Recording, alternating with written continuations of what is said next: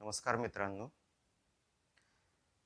यापूर्वी आपण insurance claim loss of stock मेथडमध्ये वेगवेगळ्या ॲडजस्टमेंट्स पाहिलेल्या आहेत.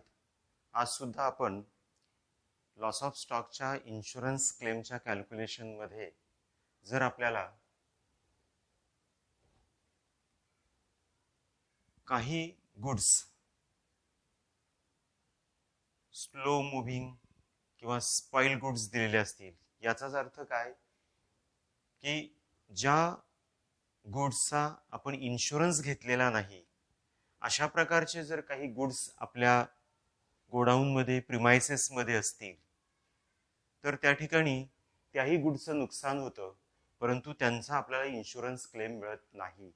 मग अशा प्रकारचा जो काही इन्शुअर्ड गुड्स व्यतिरिक्त जे गुड्स आपल्या प्रिमायसेसमध्ये आहे, तर अशा वेळी कशा पद्धतीने इन्शुरन्स क्लेम कॅल्क्युलेट करायचा हे आज आपण इथं बघणार आहोत.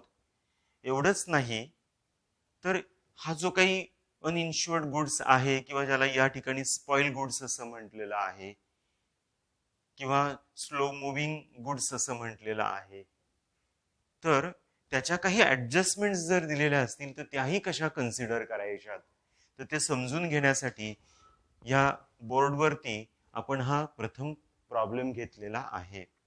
तर एकदा तो प्रॉब्लेम आपण बघूया काय आहे. इथं बघा, त्यांनी असं म्हटलंय, a fire occurred in the godown of A limited on 31 March 2013. या डेटला ए लिमिटेडच्या गोडाऊनला आग लागते, destroying the major portion of the stock. आणि पुढे ते म्हणताय, the following particulars were however available. असं जरी असलं तरी आपल्याकडे मात्र काही गोष्टी अवेलेबल आहेत. उदाहरणार्थ 1/1/2012चा स्टॉक आहे, 31 डिसेंबर 2012चा स्टॉक आहे, 12 मधला स्टॉक दिलेला आहे, 2012 मधला सेल्स दिलेला आहे. त्यानंतर सेल्स फ्रॉम 1/1/13 टू 31 मार्च 2013चा सेल्स आहे, 2012चा परचेसेस आहे आणि 1/1/2013 टू 31 मार्च 2013चा परचेसेस दिलेला आहे.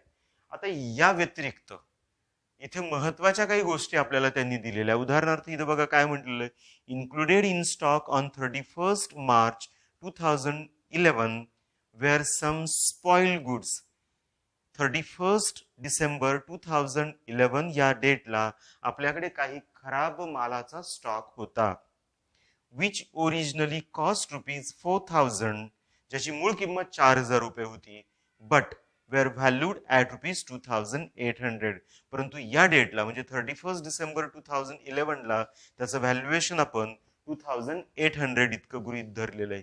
नंतर पुढे काय झालंय, half of this stock was sold for ₹1,000 in the year 2012. 2012 मध्ये त्यातला निम्मा माल तुम्ही 1,000 एवढ्या किमतीला विकलेला आहे. आणि पुढे म्हटलंय, and the remaining stock was valued at ₹1,200 on 31 December 12. 31 December 12ला जो काही शिल्लक राहिलेला स्पॉइल गुड्स आहे त्याचं व्हॅल्युएशन आपण 1,200 एवढं गृहीत धरलेलं आहे. पुढे परत ते म्हणतात, half of this was sold for ₹500 in March 2013. March 2013 मध्ये जो काही शिल्लक स्पॉइल गुड्स शिल्लक होता तो ₹500 तुम्ही सोल्ड केलाय. पुढे म्हणताय, the unsold portion was considered to be worth 80% of its original cost. आणि मग जो काही आपल्याला at the date of fire म्हणजे 31 मार्च 2013ला जो काही माल शिल्लक राहिला स्पॉइल गुड्स, तर त्याचं व्हॅल्युएशन आपण 80% एवढं घेतलेलं आहे. मग एवढा एक अपवाद वगळता आपला जीपी रेट मात्र युनिफॉर्म आहे. त्यांनी आपल्याला या ठिकाणी the sum insured was ₹30,000. There was an average clause in the policy. The stock salvage worth ₹2,400. आणि शेवटी म्हटलंय, calculate the amount of claim. तर या पद्धतीने हा आपल्याला प्रॉब्लेम दिलेला दिसतोय. मग आता आपण तो सोडवूया. नेहमीच्याच पद्धतीने तो सॉल्व्ह करायचा, त्याच्यामध्ये काही बदल करायचा नाही. आपण ज्या काही इन्शुरन्स क्लेम कॅल्क्युलेट करताना स्टेप्स बघितलेल्या होत्या तर त्यानुसारच आपण हाही प्रॉब्लेम सॉल्व्ह करणार आहोत. मग काय होत्या त्या स्टेप्स, तर त्याची पहिली स्टेप काय होती की डेट ऑफ फायर म्हणजे 31 मार्च 2013 या डेटच्या अगोदर जे काही तुमचं संपलेलं फायनान्शियल इयर असेल त्या संपलेल्या फायनान्शियल इयरचं ट्रेडिंग अकाउंट तयार करायचं. तर ते ट्रेडिंग अकाउंट आपण इथं घेणार आहोत. मग इथे मी टायटल देतो पहिल्या स्टेपचं. समजा याला मी स्टेप नंबर 1 असं जर म्हटलं तर टायटल काय आलं? ए लिमिटेड ट्रेडिंग अकाउंट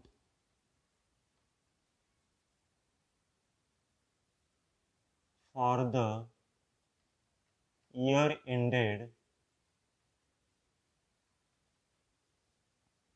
आणि आपलं आता बघा 31 डिसेंबर 2013च्या अगोदर फायनान्शियल इयर कितीला संपलेलं असणार तर डेट दिसतंय बघा इथं 1/1/2012 दिलेली आहे आणि 31 डिसेंबर 2012चा स्टॉक दिलेला आहे.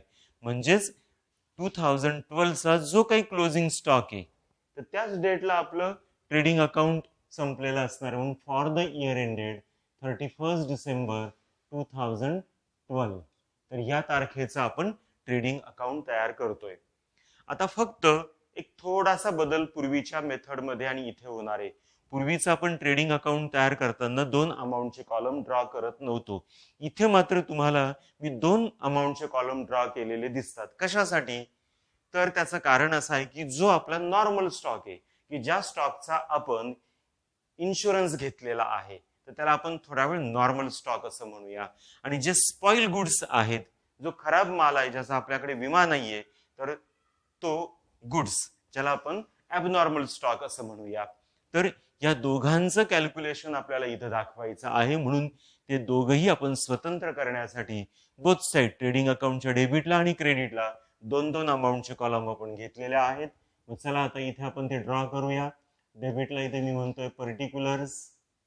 हा जो पहिला अमाऊंटचा कॉलम आहे याला मी म्हणतो नॉर्मल स्टॉक आणि जो दुसरा अमाऊंटचा कॉलम आहे त्याला मी नाव देतो ॲबनॉर्मल स्टॉक. आणि हे जे काही टायटल आहे हेच टायटल आपण क्रेडिटला देऊया. पर्टिक्युलर्स नॉर्मल स्टॉक आणि ॲबनॉर्मल स्टॉक. या पद्धतीने प्रथम आपण पहिल्या स्टेप मधलं जे काही शेवटचं आग लागली त्याच्या अगोदर संपलेलं जे काही ट्रेडिंग अकाउंट होतं ते ट्रेडिंग अकाउंट ड्रॉ केलं. त्या प्रत्येक कॉलमचे आपण टायटल दिलेत आणि आता आपण ऍक्च्युअल प्रॉब्लेम सोडवायला सुरुवात करूया. चला बरं प्रॉब्लेमकडे. इथं बघा the following particulars were however available. मग काय पर्टिक्युलर्स अवेलेबल आहेत आपल्याकडे? तर पहिली बघा स्टॉक ऑन 1/1/2012. 2012 च्या पहिल्या डेटला म्हणजे 1 जानेवारीला त्यांनी आपल्याला ओपनिंग स्टॉक दिलेला दिसतोय. कारण आपण अकाउंट तयार करतोय 31 डिसेंबर 2012चं. म्हणजेच हा जो काही 1/1/2012चा 62,800 स्टॉक आहे हा कोणता असणार आहे? तर ओपनिंग स्टॉक असणार आहे. आणि ओपनिंग स्टॉक नेहमी कुठे घेत असतो आपण? ट्रेडिंग अकाउंटच्या डेबिट साईडला. To opening stock. परंतु मी नॉर्मल किंवा ॲबनॉर्मल कोणत्याच कॉलम मध्ये रक्कम लिहित नाहीये.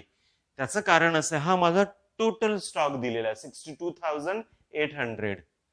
आता ह्या टोटल स्टॉक मध्ये काही वेगळा इन्क्लूड आहे का हे आपल्याला इथे हा परचेसेस फ्रॉम नंतरचा जो पॅरेग्राफ आपल्याला दिसतो त्याच्याकडे जावं लागेल. बघा तिथं काय म्हटलेलं आहे? Included in the stock on 31 December 2011 wear some spoiled goods. म्हणजे 31 डिसेंबर 2011 या तारखेचा जो स्टॉक होता त्या स्टॉक मध्ये स्पॉइल्ड गुड्स इन्क्लूड आहे. आता 1/1/2012 म्हणजेच आपल्या दृष्टिकोनातनं कोणता स्टॉक असतो? 31 डिसेंबर 2011चा. जे 2011चा जो क्लोजिंग स्टॉक आहे तोच क्लोजिंग स्टॉक हा 1/1/2012चा ओपनिंग स्टॉक असणार आहे. आणि तो ओपनिंग स्टॉक किती होता? 62,800. तर ह्या 62,800 मध्ये हे स्पॉइल्ड गुड्स इन्क्लूड आहे. मग या स्पॉइल्ड गुड्सला आपण इथं नाव काय दिलंय? ॲबनॉर्मल स्टॉक असं म्हटलेलं आहे. म्हणजे या 62,400 मध्ये माझा ॲबनॉर्मल स्टॉक इन्क्लूड आहे. तो मला बाजूला केला पाहिजे. मग तो कसा बाजूला करायचा? तर आता बघा इथं घेऊया आपण समजा ऑन 1/1/2012 ओपनिंग स्टॉक, आणि ओपनिंग स्टॉक मला किती दिलेला होता 62,800, बरोबर. तर हा माझा टोटल ओपनिंग स्टॉक आहे 1/1/2012 चा. आणि इकडे या परत या वाक्याकडे, included in stock on 31 December 2011 wear some spoil goods which originally cost ₹4,000. म्हणजे 31 डिसेंबर 2011 चा जो काही स्पॉइल गुड्स होता त्याची मूळ किंमत ओरिजिनल प्राइस किती आहे 4,000. परंतु पुढे काय म्हटलंय, बट वेअर व्हॅल्यूड ॲट ₹2,800.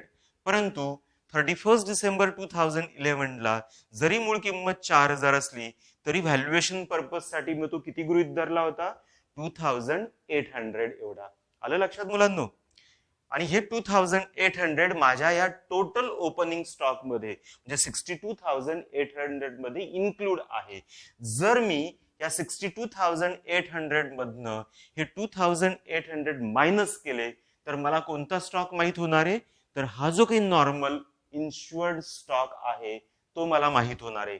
म्हणून या 62,800 मधनं हा जो काही ॲबनॉर्मल स्टॉक आहे ओपनिंग, की ज्याचं मूळ किंमत 4,000 जरी असली 4,000 असली तरी व्हॅल्युएशन आपण किती केलं होतं त्याचं 2,800, तो मी मायनस करतो. 62,800 मायनस 2,800 म्हणजेच रक्कम किती आली बरं मुलांनो 60,000. मग हा 60,000 कोणता स्टॉक असणार आहे माझा, नॉर्मल असणार आहे. आलं लक्षात, नॉर्मल स्टॉक. तर ही वर्किंग नोट मला इथं करणं गरजेचं आहे आणि ती मी केली. आता बघा इथं मी ए लिमिटेडचं 31 डिसेंबर 2012 ट्रेडिंग अकाउंट तयार करतोय आणि पहिल्याच ओळीवर मी काय घेतलाय ओपनिंग स्टॉक घेतलाय. मग आता मला रक्कम माहीत झालेला आहे. नॉर्मलचा ओपनिंग स्टॉक किती आहे 60,000. मी इथे तो घ्यायचा 60,000 आणि आता जायचंय मला ॲबनॉर्मलच्या कॉलम मध्ये. मग ॲबनॉर्मलचा ओपनिंग स्टॉक किती. आता व्हॅल्युएशन पर्पज साठी जरी तो 2,800 गृहीत धरलेला असला तरी त्याची ओरिजिनल किंमत किती होती बघा इथं म्हटलं spoil goods which originally cost ₹4,000, तो 4,000 रुपयांचा होता. मग 4,000 ही त्याची ओरिजिनल कॉस्ट आहे. आणि तुम्हाला माहित असेल की अकाउंट हे नेहमी कोणत्या प्राइसने लिहायचं असतं तर ऍट कॉस्ट प्राइस लिहायची असते. मग ह्या 2,800 ची ओरिजिनल कॉस्ट प्राइस किती आहे 4,000.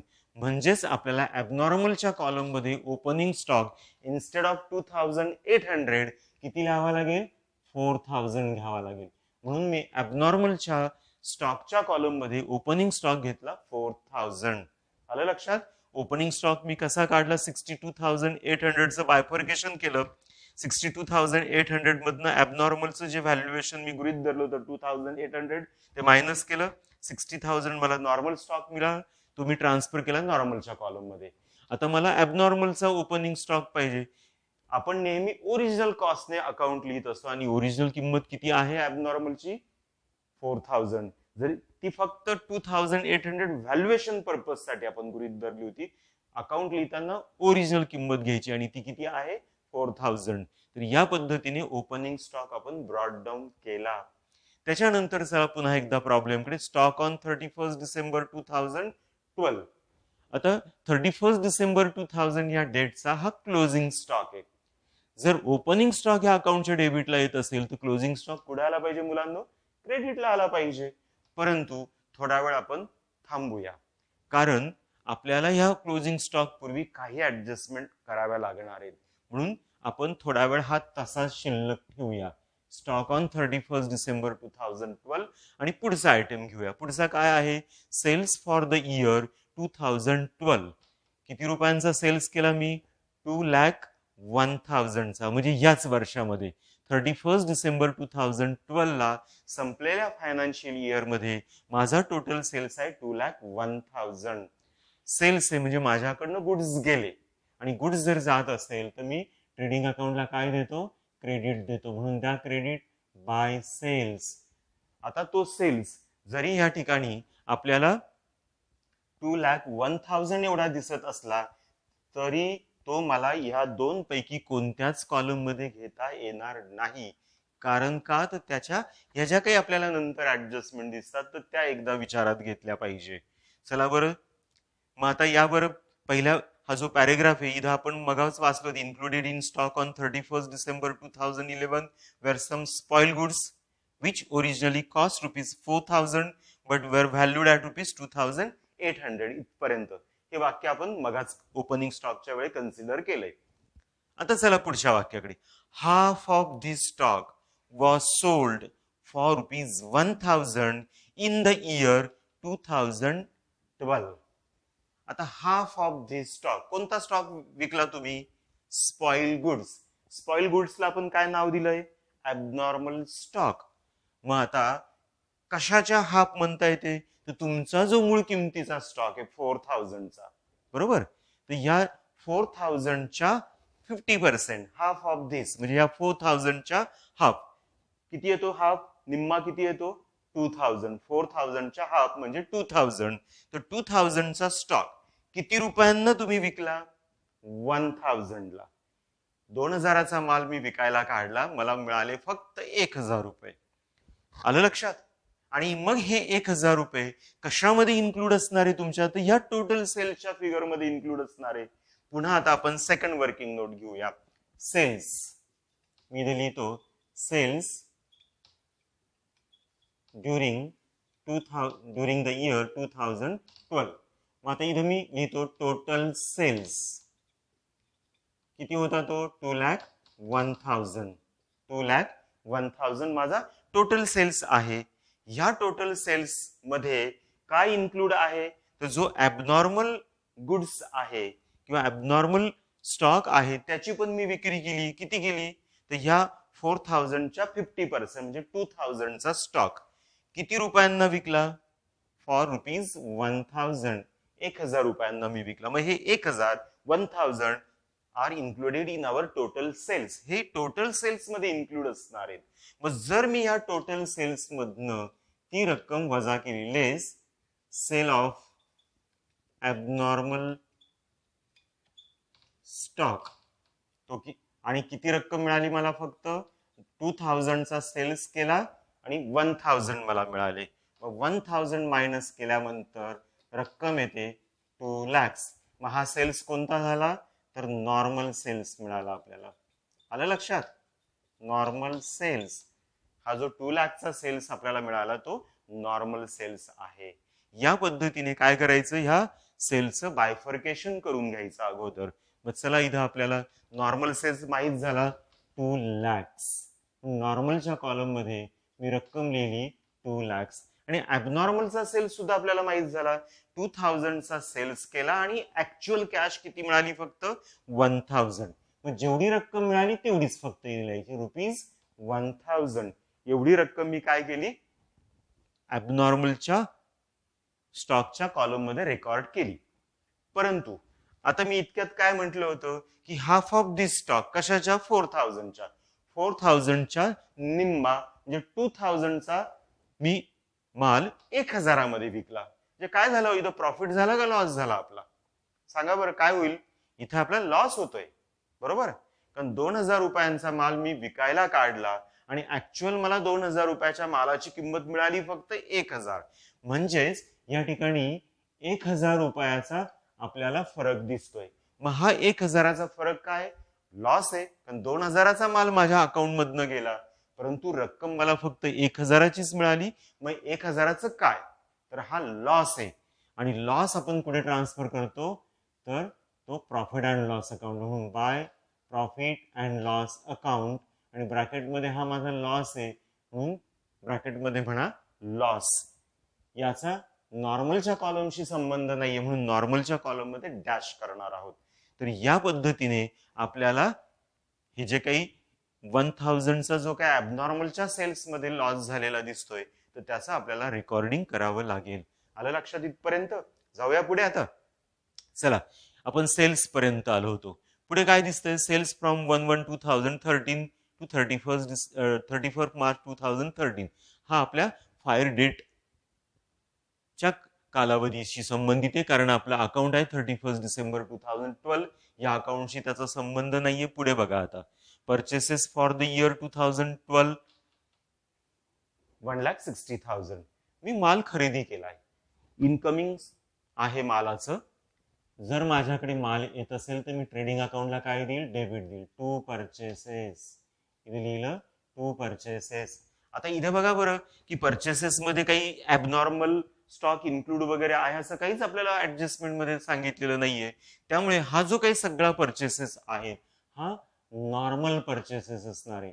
नॉर्मलच्या कॉलम मध्ये 1,60,000, ॲबनॉर्मल मध्ये काहीही घ्यायचं नाही, तिथं डॅश करा. या पद्धतीने आपण परचेसेस फॉर द इयर 2012 केले. नंतर परचेसेस दिलाय पण तो 1/1/2013 टू 31 मार्च 2013चा दिला, पुढच्या कालावधीचा. त्यामुळे सध्या या अकाउंट मध्ये त्याचा संबंध पोहोचत नाहीये. म्हणून आता आपण मगा जो आपण स्टॉक क्लोजिंग सोडून दिला होता, इथं बघा मी मार्क केलं होतं, तर त्याच्याकडे जाऊया. ओपनिंग स्टॉक रेकॉर्ड केलाय, परंतु क्लोजिंग स्टॉक अजून मी रेकॉर्ड केलेला नाहीये. आणि काय तो स्टॉक ऑन 31 डिसेंबर 2012 रुपीज 71,200.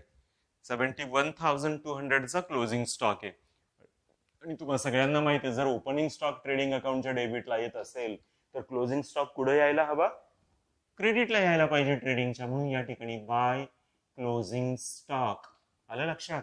परंतु पुन्हा आता या ठिकाणी आपल्याला क्लोजिंग स्टॉकची जरी टोटल अमाऊंट त्यांनी 71,200 दिलेली असली तरी ती इमिजिएट ह्या दोन्ही कॉलम मधील रेकॉर्ड करता येणार नाही. तर अगोदर त्याचं बायफर्केशन करावं लागेल अमाऊंटचं. मग ते कसं करायचं तर ते बघूया. मग इथे मी लिहितो टोटल क्लोजिंग स्टॉक. ही आपण थर्ड वर्किंग नोट घेतोय. टोटल क्लोजिंग स्टॉक किती दिलेला आहे? टोटल क्लोजिंग स्टॉक मला, तर तो टोटल क्लोजिंग स्टॉक आहे 71,200. बरोबर, 71,200 एवढा टोटल क्लोजिंग स्टॉक आहे. आता परत एकदा तुम्ही ह्या प्रॉब्लेम मध्ये हा जो पहिला पॅरेग्राफ दिसतोय त्याकडे या. आपण मग कुठपर्यंत वाचत आलो होतो? Half of this stock was sold for ₹1,000 in the year 2012 पर्यंत आपण रीड केलाय प्रॉब्लेम. आता पुढे बघा काय सांगितलं. And the remaining stock was valued at ₹1,200 on 31 December 2012. म्हणजे बघा की माझा ओपनिंग ॲबनॉर्मलचा स्टॉक किती होता? 4,000. त्या 4,000 पैकी मी 2,000चा स्टॉक सोल्ड केला. मग जो शिल्लक राहिला तो किती? 2,000. म्हणजे क्लोजिंग स्टॉक ॲबनॉर्मलचा इथं किती यायला पाहिजे? 2,000. 4,000 पैकी मी 2,000 रुपयांचा स्टॉक विकलाय. आपण इथे तो विकलाय 1,000 रुपयांना. हे मगाच आपण बघितलं. मग शिल्लक राहतो 2,000चा ॲबनॉर्मलचा क्लोजिंग स्टॉक. बरोबर. मग आता हा 2,000चा स्टॉक मी कितीला विकला असं त्यांनी सांगितलंय. And the remaining stock was valued, sorry विकला नाही, त्याचं व्हॅल्युएशन 31 डिसेंबर 2012 ला मी किती केलं? 1,200 केलेला आहे. 1,200 रुपये केलेलं आहे. आणि हे 1,200 रुपीज ह्या टोटल क्लोजिंग स्टॉक मध्ये इन्क्लूड असणार आहे. मग जर ह्या टोटल क्लोजिंग स्टॉक मधनं हा ॲबनॉर्मल क्लोजिंग स्टॉकचं जे काही मला व्हॅल्युएशन त्यांनी सांगितलेलं आहे ते जर मी मायनस केलं तर मला नॉर्मलचा क्लोजिंग स्टॉक माहित होईल. मग इथे मी वजा करतो लेस ॲबनॉर्मल क्लोजिंग स्टॉक. आणि तो किती आहे? त्याचं व्हॅल्युएशन मला जरी तो 2,000 असला तरी व्हॅल्युएशन पर्पज साठी तो किती घ्यायला सांगितला? 1,200 घ्यायला सांगितलाय. मग 71,200 मधनं 1,200 मायनस केले मी. मग किती रक्कम आली? 70,000. तर हा काय आहे? माझा नॉर्मल क्लोजिंग स्टॉक. आलं लक्षात? हा आहे माझा नॉर्मल क्लोजिंग स्टॉकची अमाऊंट. आणि मग ती मी नॉर्मलच्या कॉलम मध्ये दाखवतो 70,000. आलं मुलांना लक्षात? तर हा जो काही क्लोजिंग स्टॉक आहे 71,200 तो या पद्धतीने स्प्लिट अप करायचा. 70,000 कसे काढले तर 71,200 मध्ये हा जो काही क्लोजिंग स्टॉक आहे ॲबनॉर्मलचा ऍट द एंड ऑफ 2012 ला, तर त्याचं व्हॅल्युएशन मी 1,200 गृहीत धरलं होतं की जे ह्या 71,200 मध्ये इन्क्लूड आहे ते मी मायनस केलं आणि नॉर्मल स्टॉक मला 70,000चा माहीत झाला. तर तो मी नॉर्मलच्या कॉलम मध्ये घेतला. आता 31 डिसेंबर 2012 ला ज्या ज्या इन्फॉर्मेशन त्यांनी मला दिलेल्या होत्या त्या मी सगळ्या ह्या पहिल्या अकाउंटमध्ये ट्रान्सफर केलेल्या आहेत. आता मला हे पहिलं अकाउंट क्लोज करायचं, कारण आता ह्या पहिल्या अकाउंटशी संबंधित कोणतीच माहिती शिल्लक नाहीये प्रॉब्लेम मध्ये. आता पहिली स्टेप कशासाठी असते, तर जीपी शोधण्यासाठी. इथं आपल्याला जीपी शोधायचा आहे. पण तुम्ही म्हणाल कोणत्या कॉलम मध्ये जीपी शोधायचा असतो, तो नेहमी सारखा आपला जो काही इन्शुअर्ड गुड्सचा किंवा इन्शुअर्ड स्टॉकचा जो कॉलम आहे तिथे, आणि तो आहे आपला नॉर्मल स्टॉकचा कॉलम. तर त्यापूर्वी आपण काय करूया, आता जी साईड जास्त असं तुम्हाला वाटतं त्याची आपण टोटल करूया. आणि ती टोटल येते बघा, ॲबनॉर्मलच्या कॉलमची टोटल येते 4000, ती डेबिटला घ्या 4000. याचा अर्थ ॲबनॉर्मलचा कॉलम क्लोज झाला, तिथे जीपी वगैरे काहीच येत नाहीये. त्यानंतर चला नॉर्मलच्या कॉलमच्या क्रेडिट साईडला, त्याची टोटल आहे 2,70,000. ही 2,70,000 ची टोटल डेबिट साईडला ट्रान्सफर करा, 2,70,000. आलं लक्षात? या पद्धतीने तुम्ही टोटल ट्रान्सफर केली. आणि आता इथं ही जी काही बॅलन्सिंग फिगर आहे ती बॅलन्सिंग फिगर आपण शोधूया. आणि ह्या बॅलन्सिंग फिगरला काय नाव द्यायचं, to gross profit carried down. आणि ही तुम्ही शोधणार आहात बॅलन्सिंग फिगरद्वारे, म्हणून ब्रॅकेटमध्ये म्हणायचं बॅलन्सिंग फिगर. चला मग शोधूया आपण 60,000 प्लस 1,60,000. इथं बॅलन्सिंग फिगर येते आपली 50,000. आलं लक्षात? तर या पद्धतीने आपल्याला 50,000चा जीपी माहित झाला. तर या पद्धतीने आपण फर्स्ट स्टेप पूर्ण केली. कशासाठी आपण ही फर्स्ट स्टेप या ठिकाणी घेतलेली आहे मुलांनो, तर ती आहे हा जो काही जीपी आहे, हा जीपी आपल्याला शोधायचा होता. तर हा जीपी आपण या ठिकाणी शोधला. आता नुसता जीपी शोधून चालेल का बरं? नाही. तर आपल्याला फायर पिरियडचं जे मेमोरंडम ट्रेडिंग अकाउंट तयार करायचं, तिथे ही फिगर नाही उपयोगाची. तर ह्या फिगरच्या साहाय्याने जीपीचा रेट आपल्याला त्या ठिकाणी जीपी काढत असताना किंवा तो प्रॉब्लेम सेकंड ती स्टेप तयार करताना तो रेट उपयोगी पडणार असतो. म्हणून आता आपण ह्या स्टेपला स्टेप नंबर 1 नाव दिलं होतं, मी या ठिकाणी स्टेप नंबर 2 म्हणतो. आणि काय आहे स्टेप नंबर 2? ती आहे कॅल्क्युलेशन ऑफ जीपी रेट. आणि तुम्हा सर्वांना जीपी रेटचं सूत्र किंवा त्याचा फॉर्म्युला माहित आहे. आणि ते फॉर्म्युला काय? जीपी म्हणजे gross profit upon sales into 100. तर हा तो फॉर्म्युला आहे. हा आता सॉल्व करा, तुम्हाला लगेच जीपी मिळेल. चला मग जीपी काढला की नाही आपण इथे आत्ताच जस्ट एवढ्यातच 50,000. इथं घ्या 50,000 बरोबर, डिवायडेड बाय किंवा अपॉन सेल्स. मग सेल्स बघा, आता कोणता सेल्स घ्यायचा?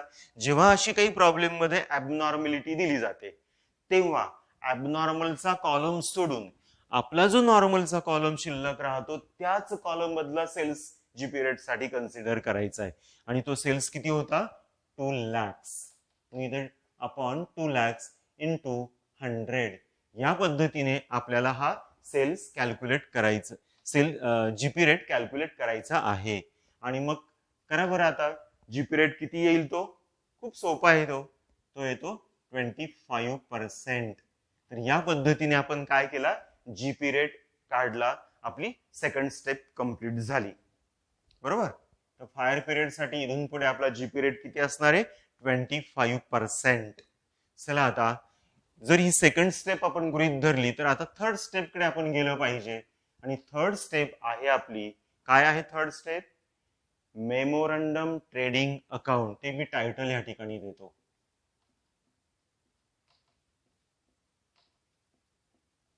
Memorandum trading account. आता ह्या अकाउंटची डेट काय असणार आहे? तर फ्रॉम. यापूर्वी बघा आपण कोणत्या तारखेला अकाउंट क्लोज केलं होतं? 31 डिसेंबर 2012. याच्या नेक्स्ट डे ला आपलं हे अकाउंट सुरू होणार आहे. म्हणजेच काय? फ्रॉम 1/1/2013 टू कोणत्या तारखेपर्यंत ते तयार करायचं? तर up to the date of fire. मग चला बरं, इथं पहिल्या ओळीमध्ये आपल्याला दिलेली असते, फर्स्ट लाईन वाचा. A fire occur in the godown of A limited on 31 March 2013. ह्या डेटला आग लागते, म्हणून या तारखेपर्यंतचं हे मेमोरंडम ट्रेडिंग अकाउंट आपण तयार करणार. टू 31 मार्च 2013 2013 या तारखेचं आपलं मेमोरंडम ट्रेडिंग अकाउंट आलं लक्षात. आणि आता ते नेहमीच्याच मग जसं तुम्ही हे अकाउंट पहिलं तयार केलं की नाही त्याच पद्धतीने आपण हे मेमोरंडम ट्रेडिंग अकाउंट तयार करणार आहोत. 31 डिसेंबर 2012 चा जो क्लोजिंग स्टॉक आहे तोच क्लोजिंग स्टॉक 1/1/2013 चा काय असेल, ओपनिंग स्टॉक असणार आहे. आणि ओपनिंग स्टॉक कुठे ट्रान्सफर होतो, ट्रेडिंग अकाउंटच्या डेबिटला. चला करा ट्रान्सफर मग टू ओपनिंग स्टॉक. इथे लिहिलं मी ओपनिंग स्टॉक. पहिला कॉलम आपण कोणता गृहीत धरलाय, नॉर्मल. दुसरा कोणता गृहीत धरलाय, ॲबनॉर्मल. मग त्याच पद्धतीने आपण तो पुढे घेऊया. नॉर्मलच्या कॉलम मध्ये स्टॉक होता 70,000 आणि ॲबनॉर्मल मध्ये किती होता हा, 2000. 2000 आलं लक्षात. या पद्धतीने आपण हा क्लोजिंग स्टॉक 1/1/2013 ला ब्रॉड डाऊन केला. चला आता हा जो इथं मी पिरियड लिहिला आहे 1/1/2013 टू 31 मार्च 2013 च्या ज्या ज्या इन्फॉर्मेशन मला त्यांनी प्रॉब्लेम मध्ये सांगितल्या असतील त्या इन्फॉर्मेशन आता आपण ह्या मेमोरंडम अकाउंटला ट्रान्सफर करूया. मग या बरं प्रॉब्लेमकडे. हा ओपनिंग स्टॉक झाला, क्लोजिंग स्टॉक झाला, सेल्स फॉर द इयर 2012 झाला. पुढे आहे बघा सेल्स फ्रॉम 1/1/2013 टू 31 मार्च 2013 म्हणजेच आपल्या या कालावधीचा सेल्स आहे. किती आहे तो, 80,500. आणि सेल्स म्हणजेच काय, तर आउटगोईंग ऑफ गुड्स. आणि आउटगोईंग गुड्स असेल तर आपण काय करतो, ट्रेडिंग अकाउंटला क्रेडिट देतो बाय सेल्स. परंतु हा टोटल सेल्स आहे 80,500. त्यामध्ये कदाचित ॲबनॉर्मल सेल्स पण असण्याची शक्यता आहे. जर तो असेल तर तो आपल्याला बाजूला करावा लागेल. मग ते वर्किंग नोट मध्ये आपण कॅल्क्युलेशन करूया. फोर्थ वर्किंग नोट पुढची. इथं त्यांनी मला मेमोरंडम अकाउंटचा जो काही टोटल सेल्स आहे तो टोटल सेल्स दिलेला आहे ₹80,500 बरोबर.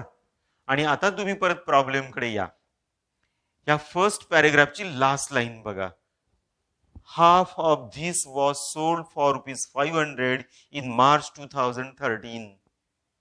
हा इथं काय म्हटलेलं होतं की 4,000 रुपयांचा तुमच्याकडे स्पॉइल गुड्स आहे 31 डिसेंबर 2011 ला. त्याचं तुम्ही व्हॅल्युएशन करताना व्हॅल्युएशन गृहीत धरलं होतं 2,800. त्यातला जो काही ओरिजिनल किंमत आहे 4,000 त्याच्यातला निम्मा माल तुम्ही 1,000 ला विकलेला आहे. नंतर at the end of year जो काही शिल्लक राहिला त्याचं व्हॅल्युएशन रुपीज तुम्ही 1,200 केलंय. आणि पुढे आता जो काही शिल्लक राहिला, किती शिल्लक राहिला माझ्याकडे ॲबनॉर्मलचा स्टॉक 2,000 रुपये. या 2,000 रुपयांच्या या स्पॉइल गुड्स पैकी किती विकला मी मार्च 2013 ला, तर 500 ला, 500 रुपयांना मी तो विकतोय. म्हणजेच 80,500 मध्ये हे 500 इन्क्लूड आहे. आणि जर मी ते यातनं विकलं, ॲबनॉर्मल सेल्स जर हा मायनस केला तर नॉर्मल सेल्स किती शिल्लक राहतो मुलांनो, नॉर्मल सेल्स किती शिल्लक राहतो, तर तो शिल्लक राहतो 80,000 बरोबर. मग हे 80,000 आता आपल्याला माहित झाले. मग चला नॉर्मलच्या सेलच्या कॉलम मध्ये 80,000 बरोबर. आणि ॲबनॉर्मलचा जो काही 2,000चा ओपनिंग स्टॉक होता त्यातला मी किती विकला, हाफ ऑफ धिस, निम्मा. म्हणजेच किती अगेन ₹1,000. 1,000 रुपयांचा माल विकला आणि किती रुपये मिळाले मला, 500 रुपीज मिळाले. म्हणून 500 मी ॲबनॉर्मलच्या कॉलम मध्ये घेतले. पण पुन्हा प्रश्न असाच येतोय की 1,000 रुपयाचा माल विकला आणि मला रक्कम मिळाली फक्त 500. म्हणजे अगेन त्या ठिकाणी लॉस झाला की नाही. आणि कितीचा लॉस होतो, 1,000चा माल दिल्यानंतर मला 500 रुपये मिळतात, 500 रुपीज मला मिळतात. म्हणजेच अगेन या ठिकाणी मला 500 रुपयांचा लॉस झाला. आणि लॉस नेहमी कोणत्या अकाउंटला ट्रान्सफर करायचा असतो, प्रॉफिट अँड लॉस अकाउंटला. म्हणून इथं म्हणा by profit and loss account कंसामध्ये लॉस. आलं लक्षात. हा लॉस ॲबनॉर्मलचा आहे, नॉर्मलशी त्याचा संबंध नाही. म्हणून नॉर्मलच्या कॉलम मध्ये डॅश करा. या पद्धतीने सेल्सची ही ऍडजस्टमेंट होईल. आली ना लक्षात सगळ्यांच्या. तर हा सेल्स झाल्यानंतर परत जाऊया आपण प्रॉब्लेमकडे. आपण या सेल्स पर्यंत आलो होतो. पुढे काय म्हटलं, परचेसेस फॉर द इयर 2012 घेतलाय आपण पहिल्या स्टेपमध्ये. आणि शेवटी आहे बघा, परचेसेस फ्रॉम 1113 टू 31 मार्च 13 25,200चा परचेसेस आहे. पण नंतरच्या प्रॉब्लेम मध्ये तुम्हाला लक्षात येईल बघा की परचेसेस बद्दल काहीच ऍडजस्टमेंट नाहीये. म्हणजेच हा परचेसेस कोणता असणार आहे, नॉर्मल परचेसेस असणार आहे. म्हणून मेमोरंडम ट्रेडिंग अकाउंटच्या डेबिटला टू परचेसेस आणि हा पूर्ण नॉर्मलचा परचेसेस असणार आहेत. म्हणून तो नॉर्मलच्या कॉलम मध्ये रक्कम घ्या आणि ती रक्कम आहे 25,200. ॲबनॉर्मलच्या कॉलम मध्ये डॅश. या पद्धतीने आपल्याला या परचेसेसची एंट्री करावी लागेल. आला तिथपर्यंत सगळ्यांच्या लक्षात? आता जाऊया पुढे. आता मला एक तुम्ही सांगा की ही जी थर्ड स्टेप आपण तयार करतो, या थर्ड स्टेपचा उद्देश काय, का करतोय बरं हे आपण तिसरा अकाउंट तयार? तर ह्या तिसऱ्या अकाउंट मध्ये आपल्याला एक बॅलन्सिंग फिगर मिळणार असते आणि त्या बॅलन्सिंग फिगरला आपण काय म्हणत असतो, stock on the date of fire. म्हणजे प्रत्यक्ष आग लागली त्या दिवशी आपल्या प्रिमायसेस मध्ये, आपल्या गोडाऊन मध्ये, आपल्या दुकानामध्ये किती रुपयांचा माल शिल्लक होता तर तो शोधायचा असतो आणि तो बॅलन्सिंग फिगरद्वारे मिळतो. म्हणजेच हा काय झाला तुमचा, हा जो काही कालावधी दिलेला आहे मेमोरंडम ट्रेडिंग अकाउंटचा up to the date of fire म्हणजे अप टू द 31 मार्च 2013 पर्यंतचा, तर त्याचा तो क्लोजिंग स्टॉक. आणि क्लोजिंग स्टॉक पुढे असतो नेहमी मेमोरंडम अकाउंटच्या क्रेडिट साईडला. आलं लक्षात? आणि तो शोधायचा आहे आपल्याला, म्हणजेच तो बॅलन्सिंग फिगरद्वारे येणार आहे. याचाच अर्थ काय झाला की आपण प्रथमतः कोणती टोटल केली पाहिजे, तर डेबिटची टोटल केली तर मला इकडची बॅलन्सिंग फिगर शोधता येणार आहे. पण डेबिटची टोटल करण्यासाठी एका गोष्टीची या ठिकाणी कमतरता आहे. डेबिटला काय नाहीये बघा बरं. पहिलं ट्रेडिंग अकाउंट काय होतं, इथं तिसरा जीपी होता. इथं दिसतोय का तुम्हाला जीपी? नाही. तर तो जीपी आपल्याला तिथं घ्यावा लागेल आणि तो घेता यावा म्हणून तर ही स्टेप 1 आणि ही स्टेप 2 आपण केलेली आहे. तर फायर पिरियडसाठी आपला जीपी किती असणार आहे, 25%. आलं लक्षात? मग तो जीपी इथं घ्या, टू जीपी कॅरीड डाऊन, बरोबर. आणि किती घ्यायचा, 25% ऑन सेल्स. कोणता सेल्स, तर नॉर्मलचा सेल्स. आणि किती होता तो, 80,000. म्हणून इथं 25% ऑन रुपीज 80,000 ब्रॅकेट मध्ये घ्या. मग 80,000च्या काढा बरं 25% आणि ती रक्कम येते 20,000 नॉर्मलच्या कॉलम मध्ये. या जीपीचा ऍबनॉर्मलशी संबंध नसतो म्हणून तिथे डॅश. आलं लक्षात? आता या दोघांपैकी जी साईड जास्त असेल तिची टोटल अगोदर करायची. मग चला आता आपण टोटल करूया नॉर्मलच्या डेबिटची आणि ऍबनॉर्मलच्या डेबिट कॉलमची आपण टोटल करूया. ऍबनॉर्मलची टोटल सोपी लगेच होते बघा, 2000 केली आपण. करा बरं या तिन्ही फिगरची टोटल आणि तिन्ही फिगरची टोटल येते 1,15,200. 1,15,200 ही आली आपल्या डेबिटच्या नॉर्मल कॉलमची टोटल. हीच टोटल आता आपण क्रेडिटला घेऊया. 1,15,200 आणि 2,000, बरोबर. आणि आता आपण इथं बॅलन्सिंग फिगर शोधूया. ऍबनॉर्मलच्या कॉलम मध्ये मला बॅलन्सिंग फिगर माहित झाली 1,000. आणि आता इथे मला किती फिगर येते शोधूया आपण. ती येते 35,200, बरोबर. या पद्धतीने आपण अमाऊंट बॅलन्सिंग शोधली. आणि मगाच मी तुम्हाला म्हटलं होतं की इथे मेमोरंडम ट्रेडिंग अकाउंटच्या क्रेडिटला जी बॅलन्सिंग फिगर येते हा काय असतो, तर त्या पिरियडचा क्लोजिंग स्टॉक. म्हणजेच काय, stock on the date of fire. इथे ह्या आलेल्या बॅलन्सिंग फिगरला म्हणा by stock on the date of fire. आग लागली त्या दिवशी प्रिमायसेस मध्ये शिल्लक असलेला स्टॉक आणि ती बॅलन्सिंग फिगर आहे. ब्रॅकेट मध्ये म्हणा बॅलन्सिंग फिगर. आलं ना लक्षात? नॉर्मलचा स्टॉक तुमच्याकडे 35,200चा होता आणि हा जो ऍबनॉर्मलचा आहे तो किती होता, 1,000 एवढा होता. या पद्धतीने आपली थर्ड स्टेप आपण कंप्लीट केली. आता चला मुलांनो आपण जाऊया आता स्टेप नंबर 4 कडे.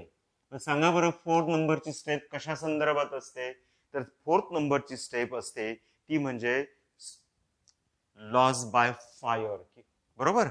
मग ह्या calculation of net loss by fire, तर ही आपली स्टेप असणार आहे, तर ती आता आपण शोधणार आहोत.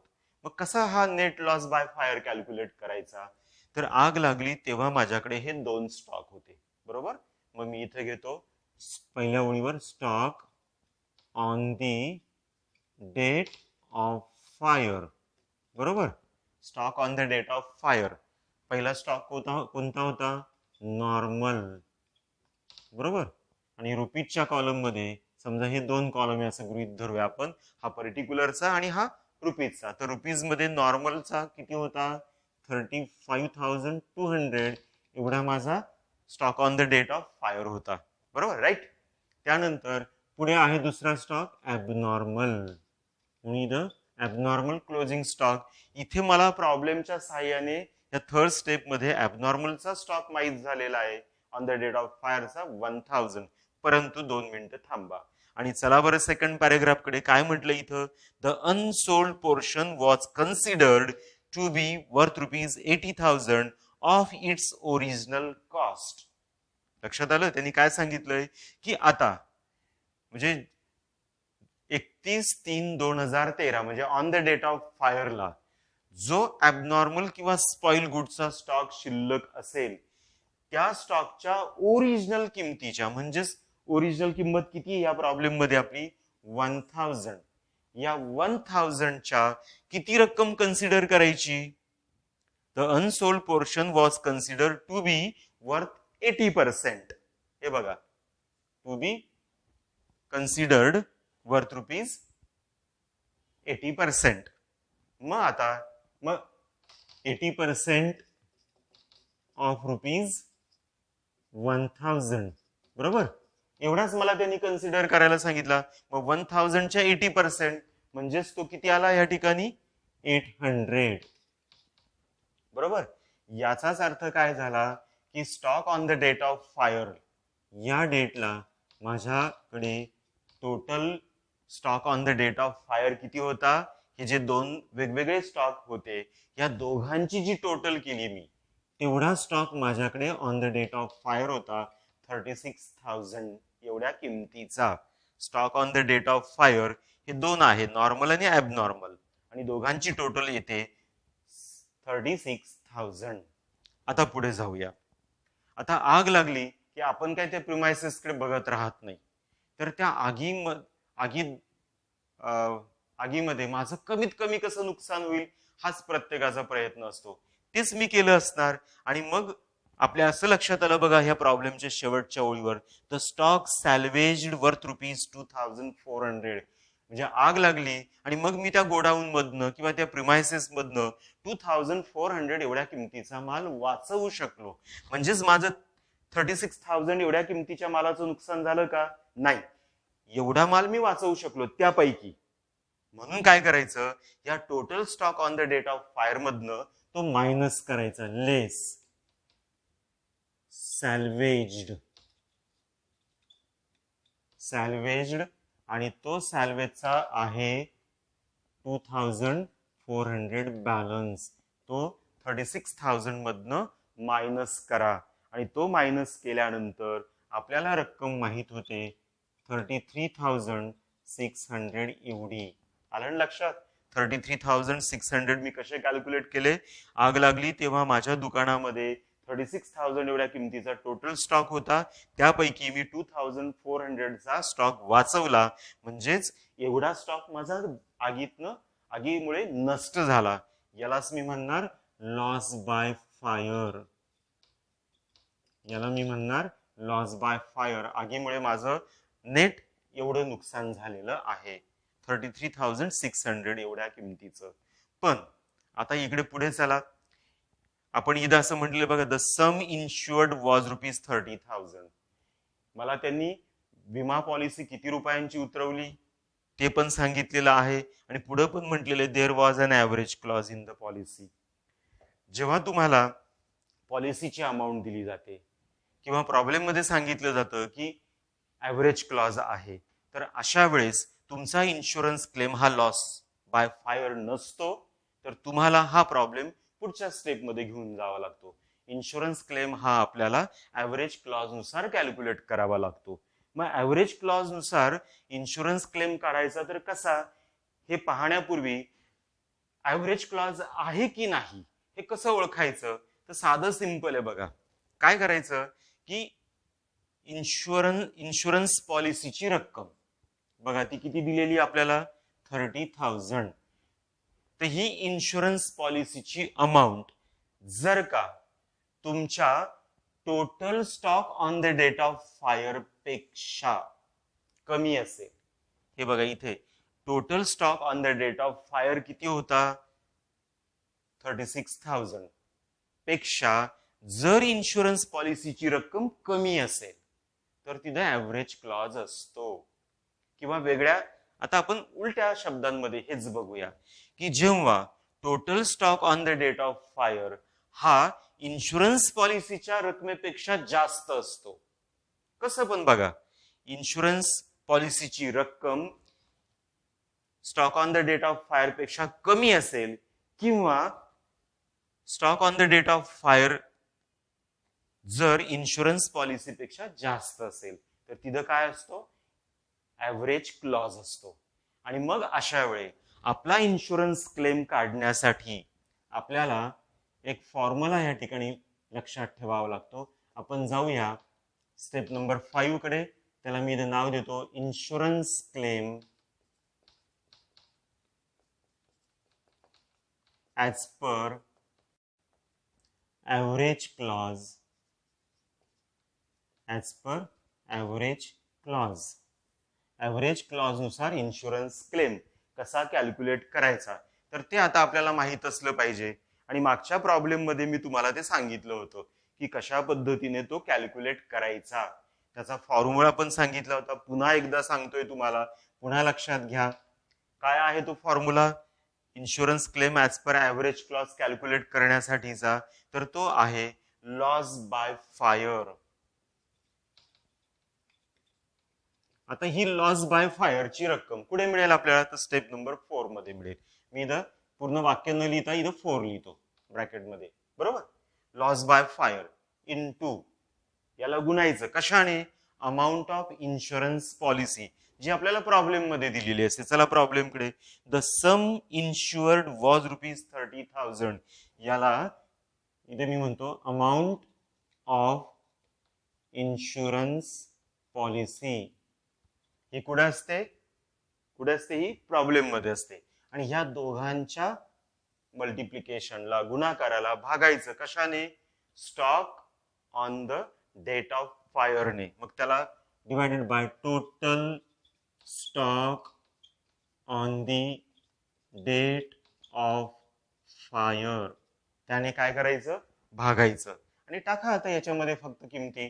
Loss by fire step number कुठे होता, 4 मध्ये. काढला की नाही आपण, तो किती होता, 33,600 इंटू अमाऊंट ऑफ पॉलिसी कुठे दिली असते, प्रॉब्लेम मध्ये दिली. किती येते, 30,000.